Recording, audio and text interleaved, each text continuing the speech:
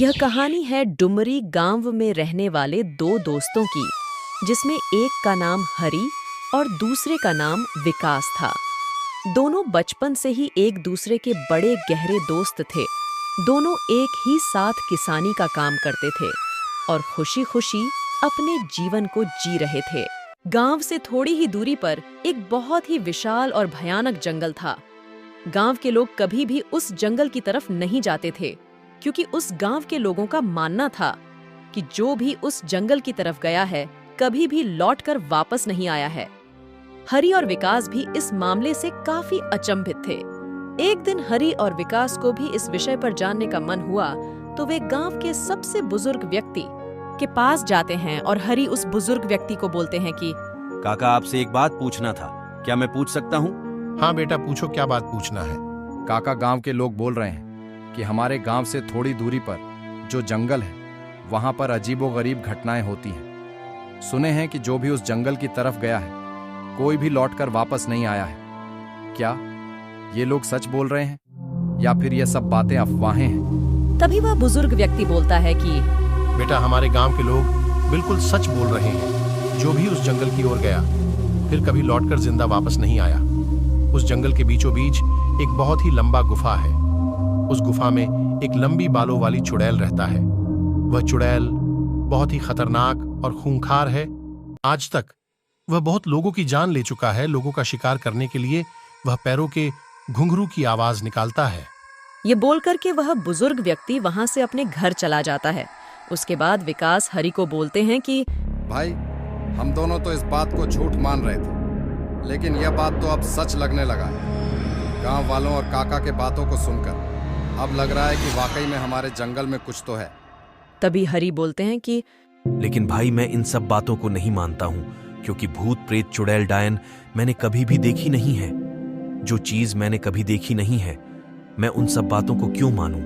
यह सिर्फ अफवाह है और कुछ भी नहीं। तभी विकास बोलता है कि अच्छा भाई, इसका मतलब यह है कि तूने कभी अमेरिका नहीं देखा है। इसका मतलब इस धरती पर अमेरिका नहीं है। तू मान या ना मान, लेकिन इस धरती पर काली शक्तियों तो है। तेरे मानने या ना मानने से उनका अस्तित्व नहीं मिटता है। कुछ देर तक इस विषय पर बात करके दोनों अपने अपने घर चले जाते हैं। कुछ दिनों तक गांव में इस विषय पर बहुत चर्चा होने लगता है। फिर एक दिन उस गांव से एक बच्चा गुम हो जाता है, जिससे गांव में पूरा अफरा तफरी मच जाता है। गांव वाले पूरी तरह से परेशान हो जाते हैं। उनको कुछ समझ नहीं आ रहा था कि क्या किया जाए। फिर गांव के कुछ लोग मिलकर के एक बैठक बुलाते हैं। गांव का एक व्यक्ति कहते हैं कि हमारे गांव के हालातों को देखते हुए हमें जल्द से जल्द कुछ करना होगा। कल जिस तरह से एक बच्चा गुम हो गया है, उससे हमारे गांव में काफी बुरा प्रभाव पड़ा है। हमें उस बच्चों को भी ढूंढना होगा और उस शैतानी चुड़ैल को भी खत्म करना होगा, नहीं तो हमारे साथ आगे और भी बुरा होगा। तभी हरी बोलते हैं कि हमें जंगल की ओर जाना होगा। वह बच्चा उस जंगल में फंस गया होगा। आप लोग फालतू में अफवाहें मत उड़ाओ। भूत चुड़ैल कुछ नहीं होता है, यह सिर्फ कहावतें हैं। मैं जाऊंगा उस बच्चे को ढूंढने के लिए और उस बच्चे को ढूंढ कर लाऊंगा। तभी गांव का एक बुजुर्ग बोलता है कि ठीक है, फिर जाओ अगर तुमको ये सब अफवाहें लग रहा है। लेकिन अगर तुमको कुछ हो जाता है तो इसमें हम में से कोई भी जिम्मेवार नहीं होगा।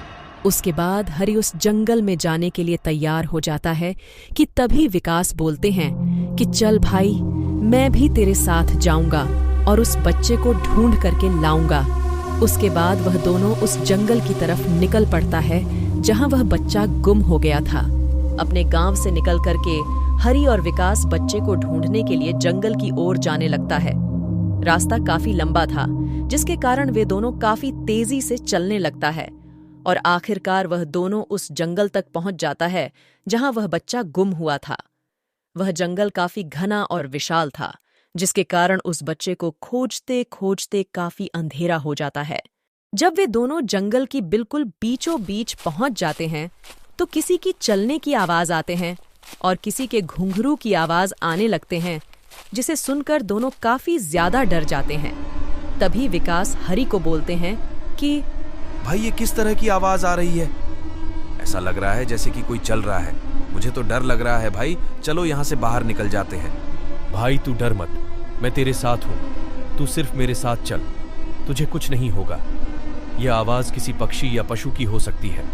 तू डर मत, मैं हूं। यह बोलकर के हरि और विकास जंगल के और अंदर चले जाते हैं, जहां उनको एक बहुत ही विशाल गुफा नजर आता है, जिसे देखकर वह काफी ज्यादा चौंक जाते हैं।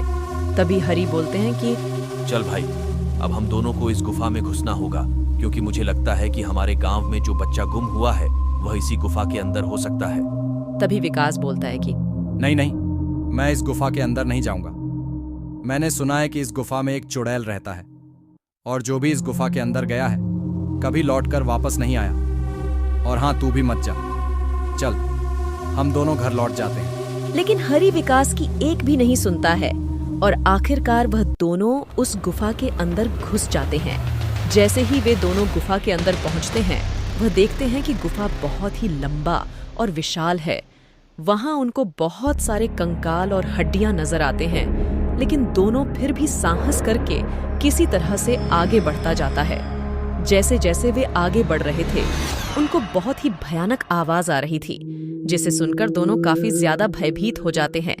तभी विकास हरि को बोलते हैं, ये कैसी आवाज आ रही है भाई? मुझे तो बहुत डर लग रहा है। चल किसी तरह से यहाँ से भाग चलते हैं, नहीं तो हम दोनों मारे जाएंगे। डर तो मुझे भी लग रहा है, लेकिन अब यहाँ तक आ गए हैं तो उस बच्चे को लेकर ही वापस जाएंगे, चाहे कुछ भी हो जाए। उसके बाद दोनों धीरे धीरे आगे बढ़ जाते हैं, मगर आगे जाकर वे दोनों जो दृश्य देखते हैं उसे देखकर दोनों चकित हो जाते हैं।